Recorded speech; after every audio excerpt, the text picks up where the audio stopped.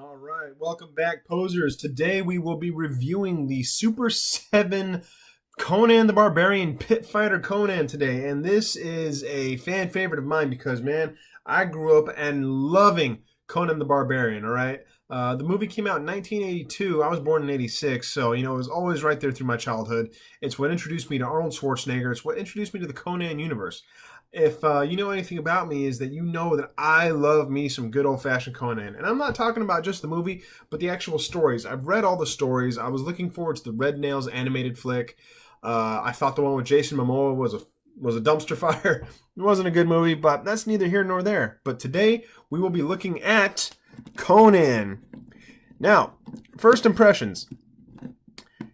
He definitely looks like him. He's got like a soft version of Arnold Schwarzenegger's face up there. He's wearing the Pit Fighter helmet, as you can see, like so, and it looks very authentic to the actual film. The only issue is that Schwarzenegger here, he doesn't exactly have like a really perfect likeness that one would expect from Conan. It's like they took Arnold Schwarzenegger and they just master of the universe his face in, because these bodies are in fact based off of the Masters of the Universe Classics line. So let's get in focus there. There we go. So they'll have the same articulation. They'll have relatively the same sculpts, but they'll have the added flair and sculpts of the Conan movie. So as we can see here, starting off. What really sticks out on this guy is this gigantic leather vest, or this big furry vest that he's got, Mr. Pit Fighter. He's got. Now, it is it feels like it's made out of a soft plastic, but it's actually a very rigid plastic, and that kind of hinders the articulation of the shoulders. This is only as far as he'll go up here, right? Yeah, that's as far as he'll go. He'll hit a pretty nice T-pose, but you'll be really hard-pressed to really lift the arms over the head. On his wrists, he's got these leather bracers with the tusks sticking out, and these are hard plastic. They will poke you. Same thing going here. We'll turn the guy around. He's got his very soft goods helmet leather going, sweeping down his back right here. He's got his leather girdle, codpiece, loincloth, and he's got some really nice sculpted furry boots. Now, what's different about these the Super 7 figures versus the Masters of the Universe Classics is also a lot of the hand articulation we got going on here. We've got more wrist swivel going on, as you can see right there. And the sculpts for the hands are a lot more closed in. Like, as you can see that, it's very closed in. So that means you're really going to have to pry to get any accessories or weapons in and out of those hands. In terms of paint, he's got a very basic paint job across the board. It looks like just a brown paint with maybe just a little bit of a wash. It's very difficult to tell. It's very flat color, but it's not exactly bad. It's very rich. He's got a lighter leather color here along the girdle and loincloth. And we can see he's got little golden strips going across that. And this looks like it was washed, so there is some pretty good detail in there. His necklace is also soft goods, so you can actually pop off his head and take off the necklace if you want. He's got soft goods up here. These are nice and rubbery, so you can't prick your fingers on that. And these wave in the wind freely. But everything else on this figure, it's very rigid, very tough, very stiff. Just like the oak Arnold Schwarzenegger himself. So let's move on to some accessories, and boy howdy, this guy comes with quite a few. So I've got a couple that fell behind back here. All right, I have relocated all of his accessories. So we've got his two spiked gauntlets. I think these are a type of castus, I think they're called. They have a grip right there, so they should just slide right into his hand. And you'd have to finagle it a little bit in order to get over his the spike gauntlets, and there's one in each hand there. You've got his Qatar fighting daggers. I think that's what they're called. I know they're Qatars, but I don't know the actual full term. And they should just snap into each hand like so. This is what I was talking about. Because he's got that thumb thing right there, and yeah, he's got the thumb going in, so he's got a really good grip on something once he grabs it. The problem is getting it in without snapping it. I've managed to get a little bit of a technique where I can actually do it relatively easy. Bear with me, I apologize. There we go. So yep, he's got his fighting gauntlets, his katars going on in there. And he's got his screaming Conan head. I don't think we've ever actually really necessarily seen this in the movie. He never really yelled or screamed that much as a gladiator. But I do like extra head accessories.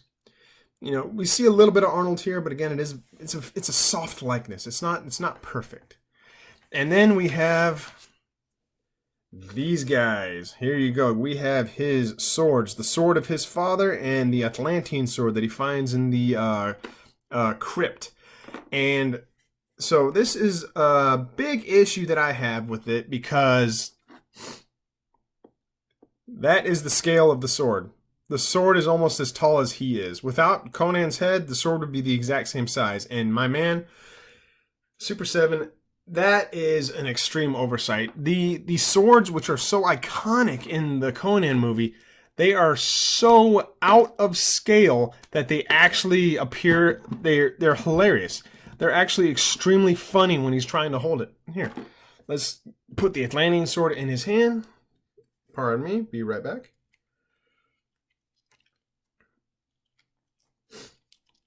So, yeah. I'm sorry, I can barely even keep a straight face on this review. The swords are so big. He looks like a child or a toddler or a teenager, like trying to wield his father's sword, ironically enough. So the sword here, it's just so, it's so laughably big. I mean, holy cow, guys, look at that. I mean, Gladiator Conan, he never used any of these swords in the film. You know, in the movie, he used an axe with a shield. He used a scimitar with a shield. And he used, you know, his katars and his Castus gauntlets, right? He never really used the Atlantean sword, but the fact that it's so out of scale, I mean, I might have posed him with it otherwise, but it's so big, it looks hilarious. This is bad. Super 7, this is bad. Like, I mean, I like the sculpt. The sword looks great. The figure looks great. But that sculpt is so ridiculous, I can't take it seriously. Now, I was able to pick up a 3D printed, yep, that's right, I'm cheating. I picked up a 3D printed Atlantean sword off a good old eBay that is scaled to the Nika Conan figures. If you haven't gotten your hands on those, well, good luck. You're never getting your hands on those again. Not without paying a serious premium. And this looks so much better. This is a much better scale. So it really makes me wonder why. Why did Super 7 opt, instead of having a normal-sized Atlantean sword like so, that they decided to go with something that it looks like it was made almost to a 1/6 scale. But then I tried that, and it's actually too small. So I don't even know what scale that Super 7 was going for when they put these swords in. Because everything about this guy, you know, he's a standard mass of the Universe Classics body. Even He-Man came with a normal-sized sword, normal-sized axe. But everything else here is just so laughably big. I'm really hoping that they fix that issue in the next range of figures that come out. If they don't, then they're going to be having a really hard time getting my money. Because, man, I love me some Conan. It's my favorite fantasy movie of all time. Even though it's not exactly accurate to the book and to the real Robert E. Howard stories, it's still a wonderful movie, and it's made with a lot of passion. And I can tell that these figures, you know, they're made with a lot of passion, too. I think he looks great. A lot of people, they might not like the Gladiator Conan as being the first wave to come out with the Riders of Doom, but I like him. You know, he's an iconic version. He looks good. He moves good. He feels good, and he's got some great accessories and weapons. He can do the splits. He's got soft goods there. He can raise his legs up and down. He's got rockers in his feet. It goes up and down on both of them, of course.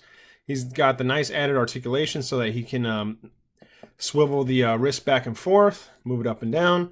And, of course, we can decapitate good old-fashioned Arnold Schwarzenegger right here. Sorry, Arnie. That was in there pretty good. I had to really pull. And put the new one on.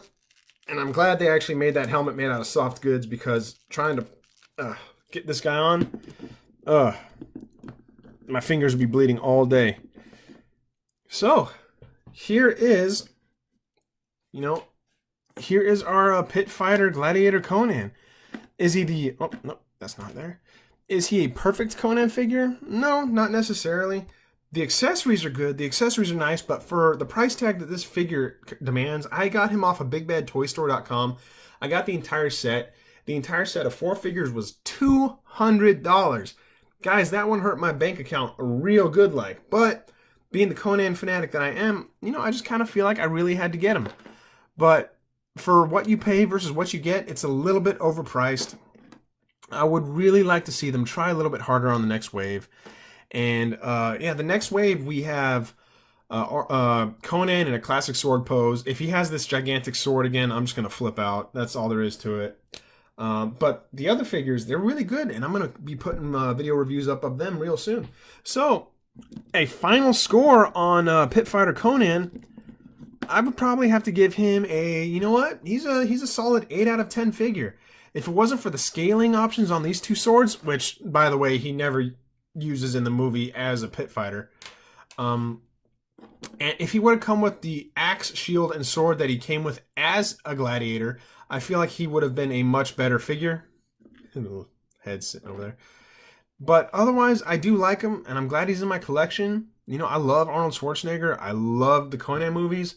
So naturally, I'm going to have to pick all these guys up.